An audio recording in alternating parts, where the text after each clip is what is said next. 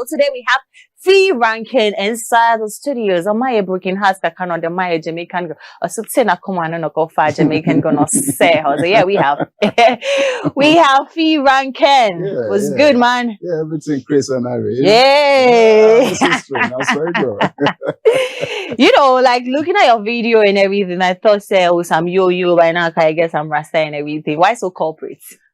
Well, no, my profession does not allow me to be yo. I have my profession, but I'm doing music as a hobby. And so I'm supposed to respect my profession. Just go it like that. I remember those days, before my profession, you see me on stage, I remove my clothing, I go haywire, but now I cannot do that. But it's all right. I'm not complaining. It's my heart desire. What's your profession though? I'm a lawyer. Oh. Yes, I'm a practicing lawyer. You're a practicing lawyer. Yes. What firm do you work under, or you do your own thing? No, I work with Hewitt Mills and Co. Oh, that's so interesting. Yeah. So music found you, or later when was it like, okay, yeah, we watched your video. It was like you started like a long time ago. Yes.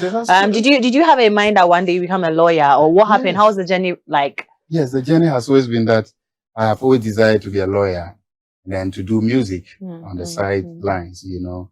And so growing up, I was doing music, you know. Music is a raw talent that comes out, and I don't need to go to school. No, that is not correct to say. Yeah. But as it were, I was doing music, going to recording studio, writing songs. I have numerous songs out there, you know. And then being a lawyer too came a lot. I mean, it has been my dream that someday I would want to practice law, because I feel that is my natural self. That is where I can be myself whilst doing music, just to diffuse the tension. You understand what I mean?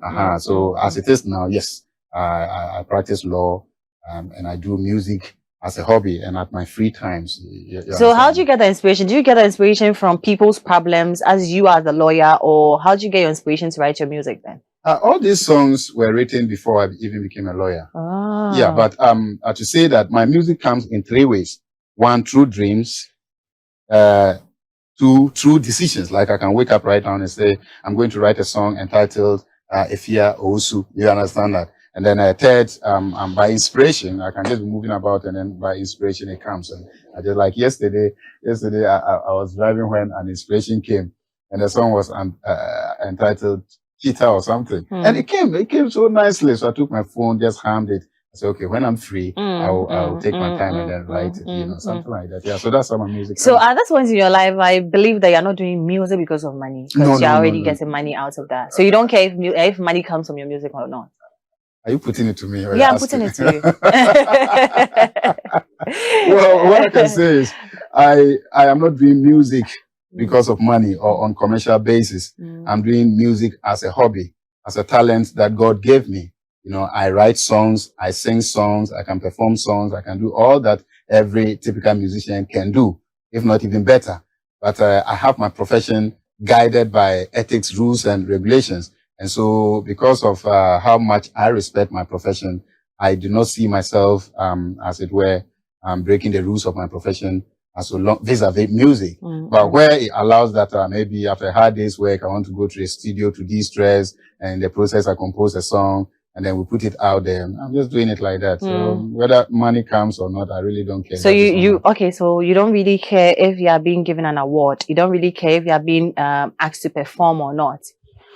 Until then, you see, an award means appreciation. Exactly. Yeah, I could be doing it as a hobby, and somebody out there, maybe UN award what's the name of the guy? Dr. UN. Dr. UN could award me. Yeah.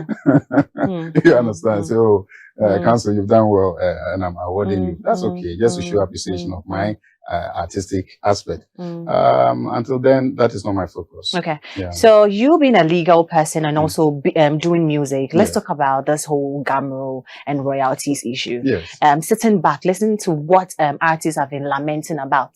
Do you feel that something is wrong? Yes. Looking at your legal background, that they are not doing the right thing, and also like what do you think could be done, and what advice? I'll not look at you again. And what advice would you give out there? Would you give to your people? It's about registration. It's about systems not working. Do you understand? And so every music station or radio station, TV station, you have the register, you play a song, you log it in. You understand that? And then the government should also come out with, let's say, an act of parliament, with this, ally spelling out how much per unit time. So if I play this free ranking song for 1 minute, 1 minute is coterminous with what? 1 CD. 2 minutes is like that, like that, like that. So as you clock, this is very easy. So you clock at the end of the month, you go and pay the artist. You understand that? So it has to do with, I think it's but they already have bodies, like we have the Gamaros. But there's no law. There's no law that is propelling them to act. You understand that? Yeah. You see, every system must be, there should be a layback of law, a legislature upon which you can act. You understand that? So at what point, so Radio X, TV XYZ can decide to pay, let's say 5 CDs per minute. Then another station says, I wouldn't pay. Another one says, I'll pay 2. What is the law that says that what you have done, what TV XYZ has done is the right thing, and what another TV station did is the wrong thing? So there's no law that is guiding the process. And so I think that is the only problem. Yeah, and besides that, you people also make us feel like it's a privilege. You know, it's a privilege to play my song. Why in fact you are supposed to pay me? But if you are also not playing your song, how will people know about you? You see, so you see, it's 50-50. It's 50-50. Yeah. I respect that. Yeah. Once again, with your legal background again, you know, so many times we hear about people, artists, and management issues. Yes. It ends up in court. Yes. And we don't really hear about anything. Sometimes the artist actually wins because yes, they are artists. Yes. People say that it's because of some people the contract issues, people breach their contract and nothing is being done about it. What you looking at this whole thing, this artist management and contract issue, what do you have to say about it? Yes, every endeavor, especially that has commercial underpinnings, must be guided by agreement. And that agreement should be legally binding. And once it's legally binding, we call it a contract. Yeah. And so to the extent that nobody breaches any term or condition of the contract, we are all flowing.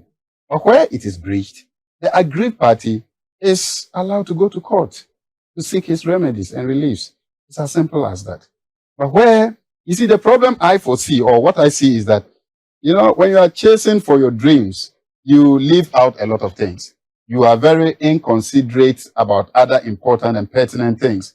For example, let's say right now, my manager, let's say Danlate, says, Ranky, you know what? They want you to come and sing this song at this.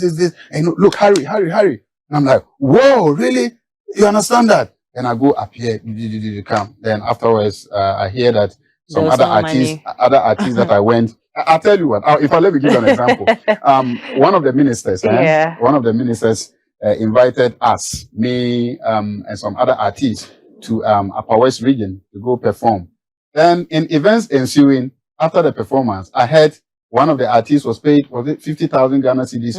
Another one was paid, 80,000 Ghana cedis? And then this minister is also a lawyer. You understand that? So this minister, his agent came to me and said, Firankin, your performance was good. And wow, And I was like, oh, okay. Just accolades. Like that, you understand? But I just allowed it to go because I was desirous of being recognized as an artist. Yeah. And so my mind was that someday you'll pay back what you've refused to pay me in arrears. But this is just a hard desire. This is a one-time desire for performance or for achievement in the future. What if it doesn't come? You understand that? But if Danlati had said, you know, Firankin, you are going to do this. When you're able to do this, this is how much you get. And this is how much I also get as your manager. This. So, Danlati, I don't finish now. Nigerian brothers, I don't finish. So, what's up? You understand? And I see that on the contract, those people, the organizers have signed. My manager too has signed. Are you getting me? Do I need to wait? I'll just go to court for specific performance. You must perform according to the agreement. It's as simple as that. So, in very simple terms, and in answering your question, the whole issue about artist management vis-a-vis contract and other things is because of the fact that, one, they do not sign very, what do you call it, legally binding contracts. If you say legally, okay, you continue. Yes. Legally binded contracts. Yes. What do you mean? I want to say that it is not every contract that is legally binding. Yeah. So the bottom line is that it is an agreement. It's just written. No, if it's written, the better. So if, let's say, I tell Danlati, Danlati, where are you going to? Say, I'm stepping out there. Tell buy me some wache. Okay, I agree to buy you wache. So I give you 10 cedis. Go buy me wache. Very hungry.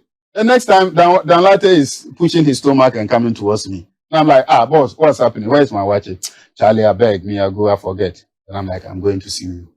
Is that legally binding? Was it not an agreement? Yeah. Didn't he agree that he was going to buy me a watch? Verbal. Good. It has nothing. Verbal agreements were agreements. They're also legally enforceable. But I'm just trying to bring a point. Okay. Now, if on the other hand, I say that, Danlati, take this amount, 50,000 cedis. This money belongs to, what do you call, Efia Owusu. So take this money. When she comes, give to her. Because so it means that you have to wait some 1 hour extra because you would have closed at 5, but wait till 6 o'clock. In consideration of that, take this 20 cedis for yourself. You understand that? And wait for her. Are you getting me? The next time, if you calls me around 10, ranking, where my money day? I said, Danlati didn't give you the money. He said, no. Danlati, where is the money? Oh, Master Charlie, it just fell off my pocket. And I can sue you for that. There was offer, there was acceptance, there was consideration, so it is legally binding. Where's the evidence, though? The evidence. So we proffer it in court. We proffer that in court. You get what I mean? Yes, man, I saw it go. Interesting. This is interesting. The conversation is really getting interesting. So let's go listen to Fee Ranking Jerusalem. That's my latest. Yes, your latest. We'll talk about it. We'll talk about it when, like, after listening to it. But let's listen to it first. Very well.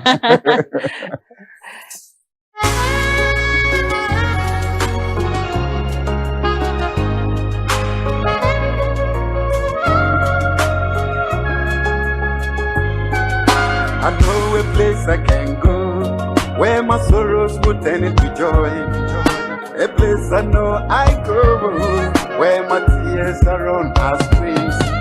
A place I know I go where the city will give some peace. And the mountains that seem so high shall be cast away in your name.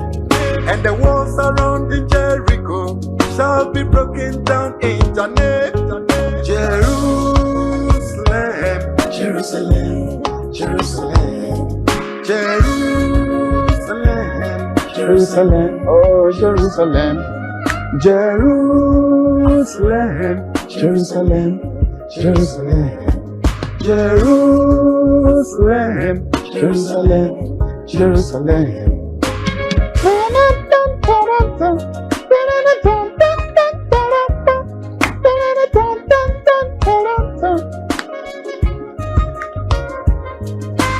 Happiness, I say joy and love can be found on this piece of land. The land promised to Father Abraham is the land promised to my life. So I'm a prince in my own right and the heir to the throne of God. I declare breakthrough in Israel, peace and love in the atmosphere, equal rights, justice in Palestine. Peace and love in the atmosphere. Jerusalem, Tel Aviv, Tel Aviv. Jerusalem, Tel Aviv, Tel Aviv. Jerusalem, Tel Aviv, Tel Aviv. Jerusalem, Tel Aviv, Tel Aviv. Happiness, I say joy and love can be found on this piece of land. See, the land promised to Father Abraham is the land promised to my life. So I'm a prince in my own right and the heir to the throne of God. Now listen, my dreams and aspirations shall come to pass in the name of Yahweh. I command those little devils in my life. You get behind me in the name of Allah. Hey. Jerusalem, Jerusalem, Jerusalem. Sing along.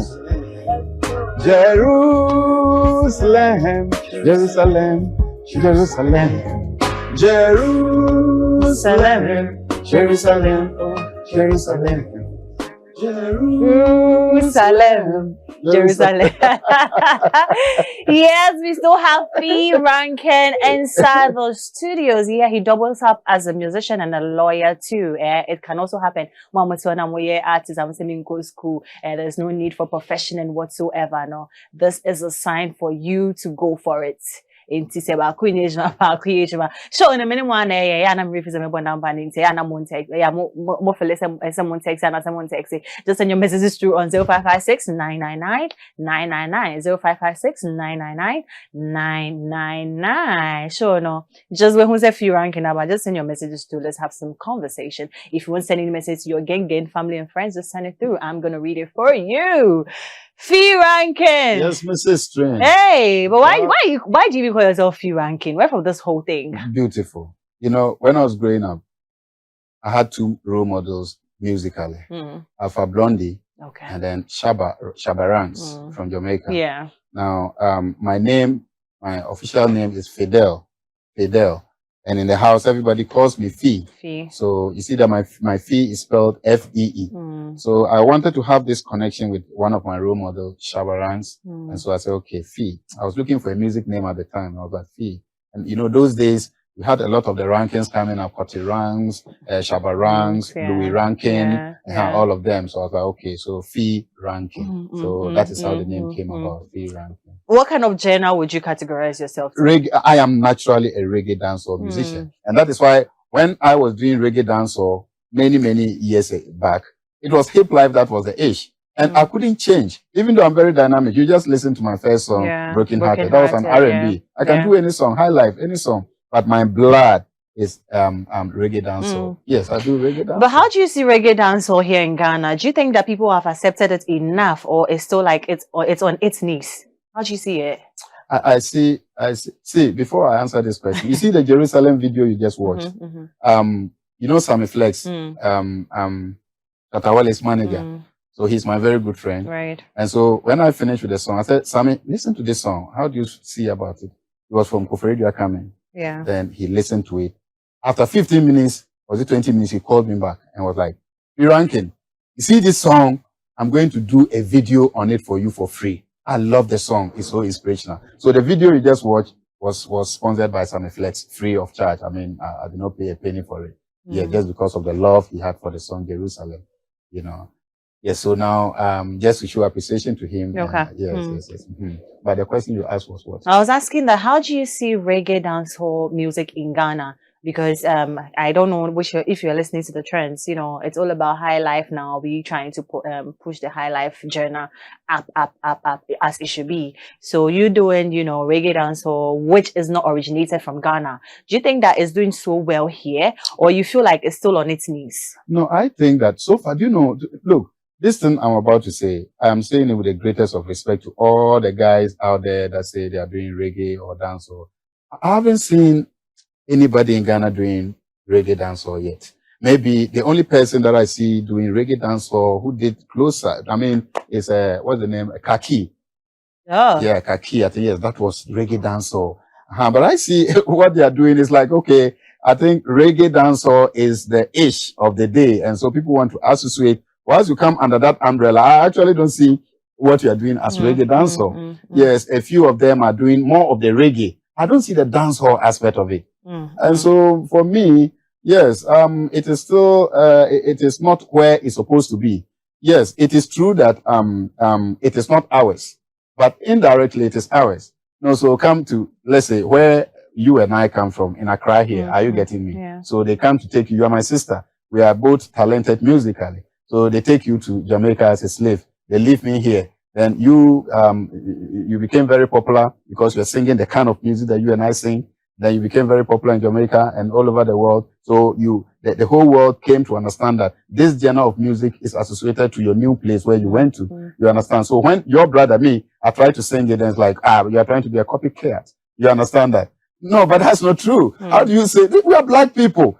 You understand that? Or you may know, Bob Marley is is my uncle. You understand that? Or your uncle from the same village. So that same connection, the same vibe, musical vibe and talent and everything is there. When they say reggae is not our thing, this is not our thing, well, I don't understand. But for me, I grew up realizing that all the songs that I loved, at that time, I didn't know what was reggae, what was R&B. I just knew music. But later on, when I grew up, I was aware of myself and my surroundings. I realized that all the songs that I loved were reggae songs. All the songs that I was crazy about were reggae songs or dancehall songs. So this one, do you say I was copying from somebody? No. I definitely was not copying from anybody. I've been myself, and myself is reggae dancehall. Yes.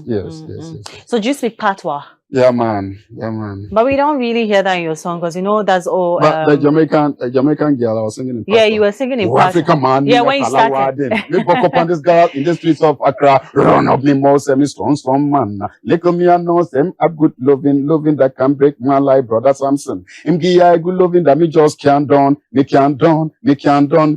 Him a jack up in waist and wine up in waist. You know. Interesting.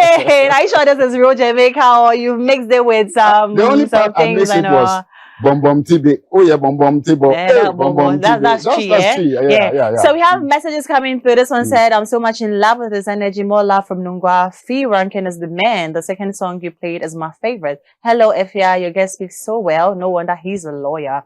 Shatta, Wale, and Stoneboy now have competition. Really want more fire Fee Rankin. I'm Rogangi from Tamale, from your people. And this one said we need more corporate guys and the music team. Big gaps, Fee Rankin. The last question before we talk about your music and also your social, you give us your social media handles. Do you think that people that do music should also get like another job on the side, or you feel like if it's music and you want to go all out with the music, just do it and just make your money out of it? Okay, so I believe in natural processes. Okay, so first of all, I think you should follow your talent. Yeah. I have always learned something in life. Be myself. Yeah. And in being myself, I do things that are about me effortlessly. Yeah. So anytime I try to be somebody, I realize, look, let me tell you, I learned how to play a guitar for over how many years? Right now, if you give me a guitar, I can only hold major chords.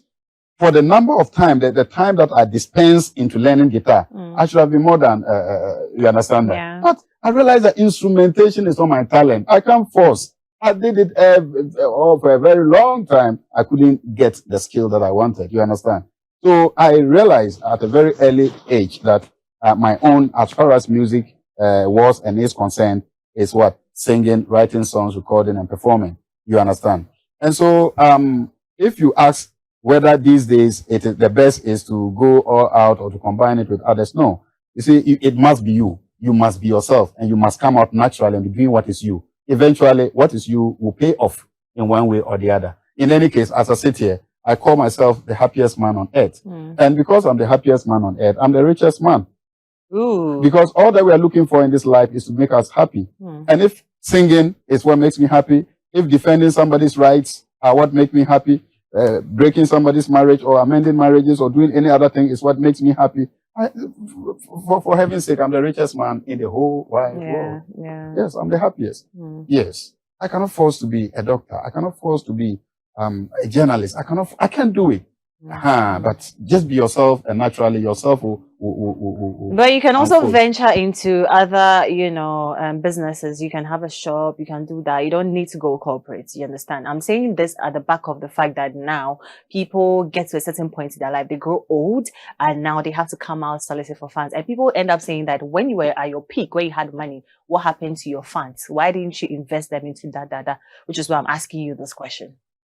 So it means that now it boils down to individuals' idiosyncrasies, you understand? So you can as well have all that you have, and then you mismanage. And you can have very little and you manage. Sure. So it has nothing to do with you maybe being corporate or non-corporate, but it just boils down to your individual management, self, Okay, Fee, before we go, our time is almost, or let me say, it's almost up. So if somebody wants to listen to your song on any of the streaming platform, what's the name there? And also what's your social media handle? Okay, so you go to YouTube and it is Fee Rankin, Fee Rankin. You go to Facebook, you get Fidel Leviel. That's Then another one too is Fee Ranking. I have two Facebook accounts. IG is Fee.Ranking Music, Fee.Ranking Music, and then I think the rest are Boomplay, Audio Mac, it's all Fee Ranking. Yes. Yeah. Yes. Yeah, thank you so much for coming through. We really enjoyed you. Not when I haven't said thank you to some people. Just give me some 30 seconds to say. First of all, I want to thank you for holding me down here. Then I want to thank TV XYZ. I want to thank especially Dan Latte, my manager. I'm very grateful to him for all that he's doing for me. I want to thank Sammy Flex. I want to thank Black Rasta. I want to thank Currency, the Digital Rasta. I want to thank all the lawyers that I work with and every lawyer in Ghana and the judiciary. I just want to thank them for everything. I am grateful. I'm grateful for holding me down. Ja Rastafari, we're doing the lawyers about this time, man. So yeah, we had Fee Ranking inside the studios. I told you guys that we do everything. People you've heard of, people you've not heard of, people you know, people that you feel like, yeah, she say, yes, ho baby, oh, sani ya, you know, yeah, shada ma winiji, yeah, shada, say ma winiji.